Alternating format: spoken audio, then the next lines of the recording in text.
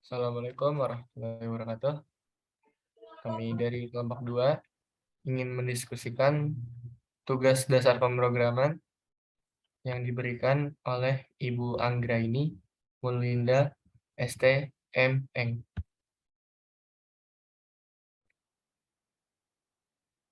Sudah, mungkin bisa kita mulai diskusinya. Dari soal yang pertama, jelaskan apa yang dimaksud variabel, tipe data, dan nilai. Berikan contoh.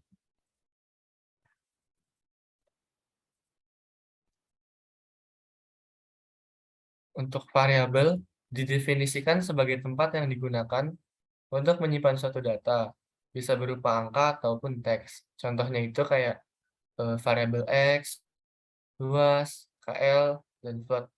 Terus ada tipe data. Tipe data itu merupakan batasan yang diberikan kepada variabel yang mana akan menentukan besarnya alokasi dari memori yang digunakan untuk menyimpan data. Contohnya char, int, long, float, double, long double. Terus ada nilai.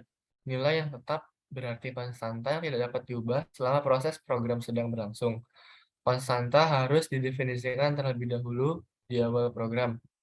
Untuk mendeklarasikan konstanta menggunakan keyword const.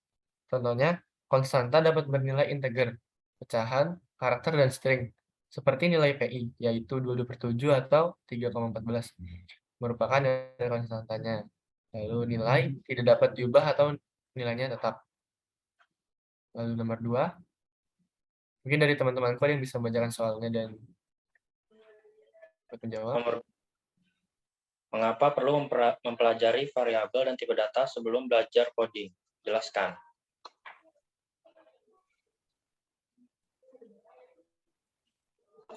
Di nomor 2 ini, karena sebuah dasar pemrograman adalah membuat kode program. Maka dari itu harus mempelajari variabel dan tipe data untuk menyimpan suatu data bisa berupa pada angka ataupun teks. Selanjutnya nomor 3. Silakan. Nomor 3 mungkin teman-temanku yang lain ingin mencoba memberikan jawabannya. Nomor 3. Tuliskan 10 penulisan variabel yang salah. Mengapa dikatakan salah? Kemudian berikan koreksi penulisan.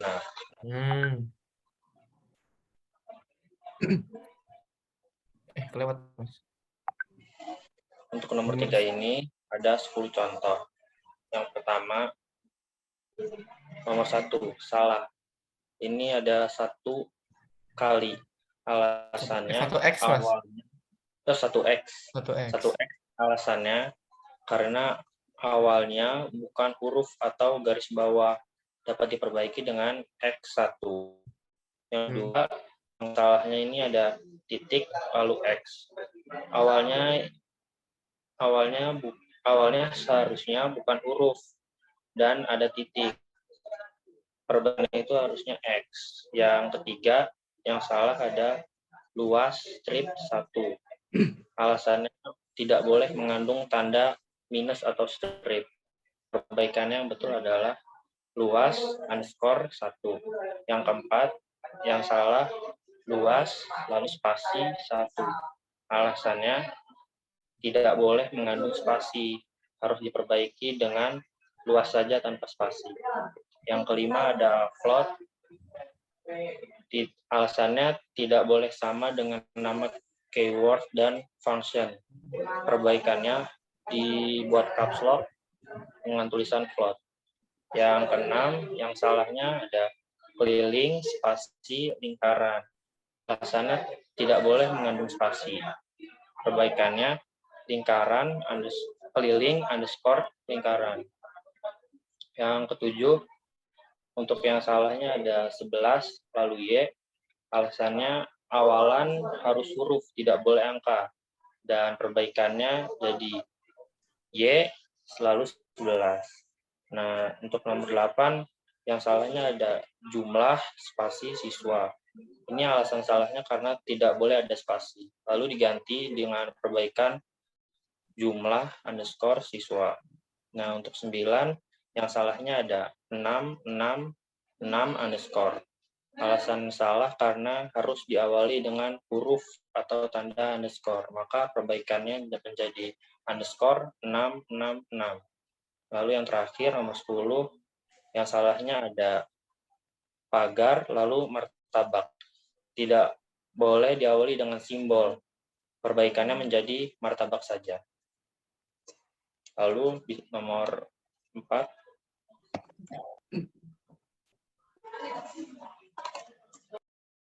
nomor izin. Selamat. Untuk pertanyaan nomor 4, bagaimana cara Anda mendeklarasikan variabel umur saya dan memberikan nilai di dalamnya? Tuliskan umur Anda sendiri dalam C++ tentunya.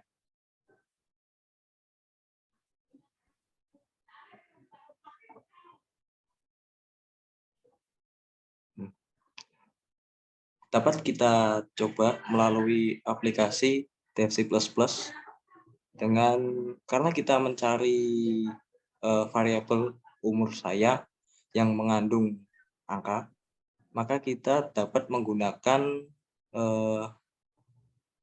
tipe data berupa integer atau biasa disingkat int. Jadi untuk menunjukkan umur saya dengan nilai 18, kita dapat menuliskan programnya dengan int kemudian umur saya tanpa spasi sama dengan 18. Kemudian jika kita mencoba untuk check out umur saya, nanti akan hasilnya 18 seperti pada gambar yang sudah dicontohkan.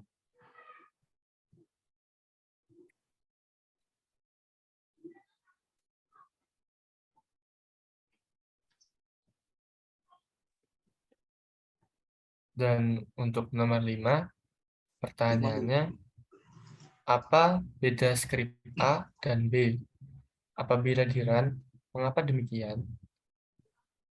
Jadi kalau untuk nomor 5, perbedaannya jika skrip A ketika di run menghasilkan angkanya itu 969461680.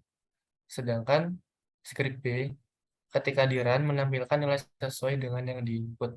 Ini nilai maaf Mas, boleh agak ke atas di nomor soalnya. Jadi kalau yang B itu kan yang di input kan nilai 909090. Jadi pas kita run munculnya sesuai, nggak berubah gitu. Sudah, itu saja dari saya. Mungkin nomor 6 bisa dilanjutkan dengan mas-mas yang lain.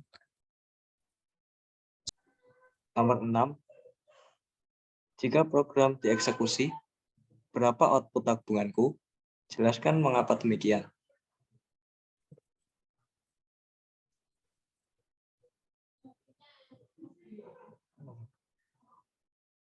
Setelah kita lakukan percobaan di program Dev C++,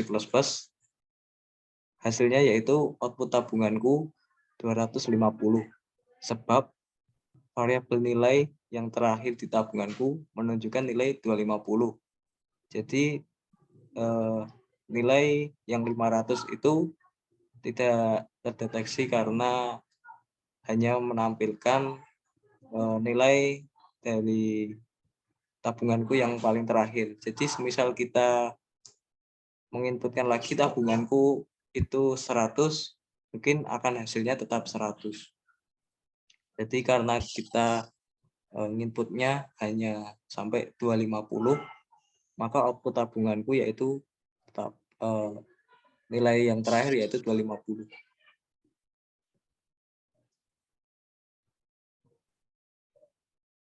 Nomor 7. Nomor 7, lengkapi kotak kuning tersebut dengan tipe data yang sesuai dengan variabel maupun nilai yang diberikan. Itu. Coba jawabannya, Mas. Nah, kotak yang pertama itu diisi int, yang kotak kedua diisi float, yang ketiga diisi char, yang keempat diisi bool, yang kelima string. Dan nomor 8, jika program dieksekusi, bagaimana output yang dihasilkan? Jelaskan mengapa demikian. Yaitu nomor 8, setiap karakter sebenarnya disimpan sebagai angka.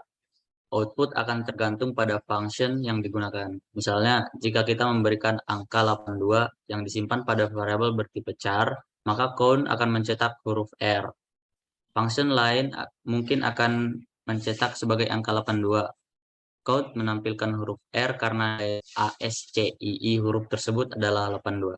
Saat menyimpan karakter ke dalam variabel, kalian tidak harus mengetik kode ASCII karakter tersebut. Karakter bisa ditulis dengan tanda kutip tunggal, misalnya R.